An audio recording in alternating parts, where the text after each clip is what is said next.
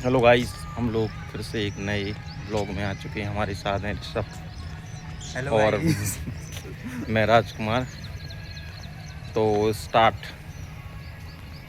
Rishabh sir कुछ कहना चाहते हैं, एक सुनिएगा, एक मज़ेदार सी शायरी सुनाना चाहते हैं। तो अर्ज किया है कि पता ना चले किसी को, तो बताया मैंने इशारों में, पर उसे भी तब जाकर पता चला जब समझ लिया हजारों अरे ने। वाह, क्या बात है, बहुत ही बढ़िया शायरी भैया। इस शायरी के लिए आप कमेंट में बताइए, आप 10 में से कितने नंबर देंगे। एक क्वेश्चन है आपके लाने जी। कि एक घर में 5 लड़कियां हैं। हम्म 5 हैं। पहली लड़की झाड़ू लगा रही है, हम्म दूसरी लड़की खेल रही है, हाँ। कुछ भी खेल रही है, तीसरी लड़की सो रही है और चौथी लड़की नहा रही है। तो अब ये बताओ, पांचवी लड़की क्या कर रही है? इंस्टाग्राम। जो से दूसरी लड़की है हाँ। वो चेस खेल रही है। अच्छा। तो पांचवी लड़की क्या कर रही है? पांचवी लड़की पांचवी लड़की ये सब सर को समझ में नहीं आ रहा। गाइस आप सो बताइए रही होगी कमेंट में कि क्या आंसर है। अभी भी ये गलत बता रहे हैं। आप कमेंट में बताना कि इसका आंसर सही है। एक सर एक कहानी है, बहुत बार आपने भी सुनी होगी कि एक पिताजी के 4 लड़के थे, है ना। तो पिताजी ने सोचा कि अब भैया एज हो गई हमारी, तो रिटायरमेंट ले लिया जाए, है ना। जी। तो उन्होंने क्या किया कि अपनी जो प्रॉपर्टी उसको कितने भागों में बांट दिया? 4 भागों में बांट दिया। 4 बच्चे थे उनके।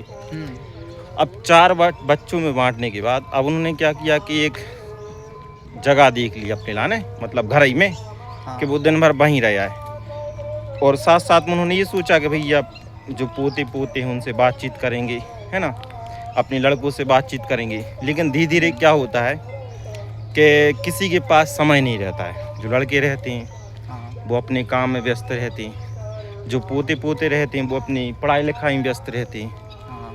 और धीरे धीरे क्या होता है कि जो दादा वो खटिया पकड़ लेते हैं। खटिया पकड़ने का मतलब तो मालूम है आपको, हाँ। कि बीमार पड़ जाते हैं, बीमार। ठीक है। अब बीमार पड़ने के बाद धीरे धीरे उनकी तबीयत और ख़राब हो जाती है और एक समय ऐसा आता है कि वो ख़त्म हो जाते हैं। हाँ। तो इस कहानी का मोरल क्या है, क्या समझ में आया इस कहानी से अपन को?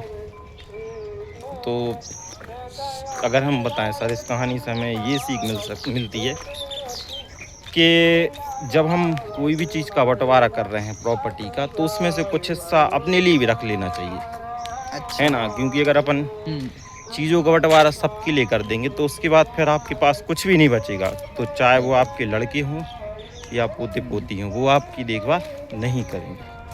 और इसके अलावा अपने बच्चों के साथ खेलें, पोता पोतियों के साथ खेलें जब समय मिले। तो भैया एक हम छोटी सी कहानी सुना रहे हैं। सब भैया तो फ़ोन में व्यस्त हैं, अरे तो हम आपको सुनेंगे। एक कहानी सुना रहा है कि एक बार क्या होता है कि एक सेठ जी रहते हैं, वो चूहे से बहुत ज़्यादा परेशान हो जाते हैं। इतने ज़्यादा परेशान हो जाते हैं कि वो दिन रात केवल यही सोचने लगते हैं कि चूहे कब ख़त्म होंगे। तो वो क्या करते हैं, चूहों को मारने के लिए एक बिल्ली खरीद लेते हैं, है ना। तो बिल्ली क्या करती है कि 1-2 हफ्ते के अंदर जितने भी चूहे रहते हैं सबको मार देती है। और वहाँ सेठ जी के यहाँ पे जो चूहे रहते हैं वो ख़त्म हो जाते हैं। तो जब सेठ जी सोचते हैं कि अब जब भैया चूहे हैं ही नहीं हैं तो बिल्ली का काम, तो वो क्या करते हैं कि उस बिल्ली को वहाँ से भगा देते हैं। अब कुछ समय होता है, जो चूहे रहते हैं वो उस गोदाम में फिर बढ़ने लगते हैं। अब सेठ जी फिर परेशान हो जाते हैं। तो सेठ जी ने क्या किया, एक और बिल्ली लेके आ गए। इस बार बिल्ली थोड़ी होशियार थी। बिल्ली ने क्या किया कि वह कुछ चूहों को छोड़ देती थी, कुछ को खा लेती थी और कुछ को अधमरा छोड़ देती थी। तो धीरे धीरे क्या हुआ कि चूहे ख़त्म भी नहीं हो रहे थे और जो बिल्ली थी उसका काम भी चल रहा था।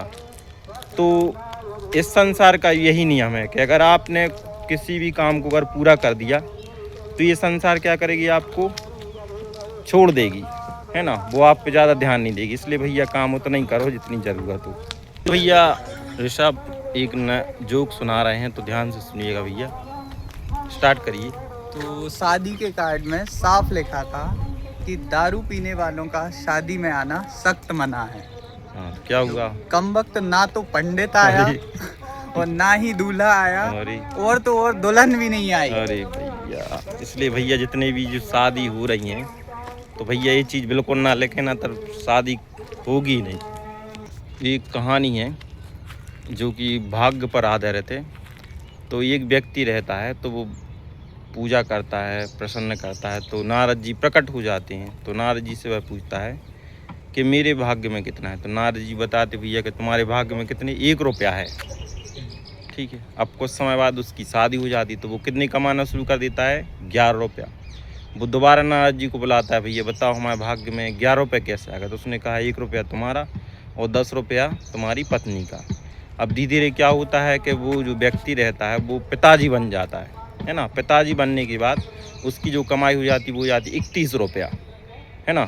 तो फिर क्या करता है, वो दोबारा नारद जी को फिर बुलाता है, भैया कि बताओ हमारे 31 रुपये कैसे हो गए, हमारा तो 1 रुपया, तो फिर 11 ठीक है पत्नी के हो गए, अब 31 कैसे हो गए। तो नारद जी बोला था भैया कि जे 20 रुपया तुम्हारे बालक के हैं, है ना। उसी तरीके से क्या है कि जो हमारे भाग्य में जितना हमारा लिखा हुआ रहता वो हमें मिलता ही एक दिन, है ना। चाहे हम कितना ही कोशिश करें, जितना हमारा है वो हमें उतना ही मिलेगा। तो गाइज मिलते हैं अगले ब्लॉग में, तब तक के लिए नमस्कार।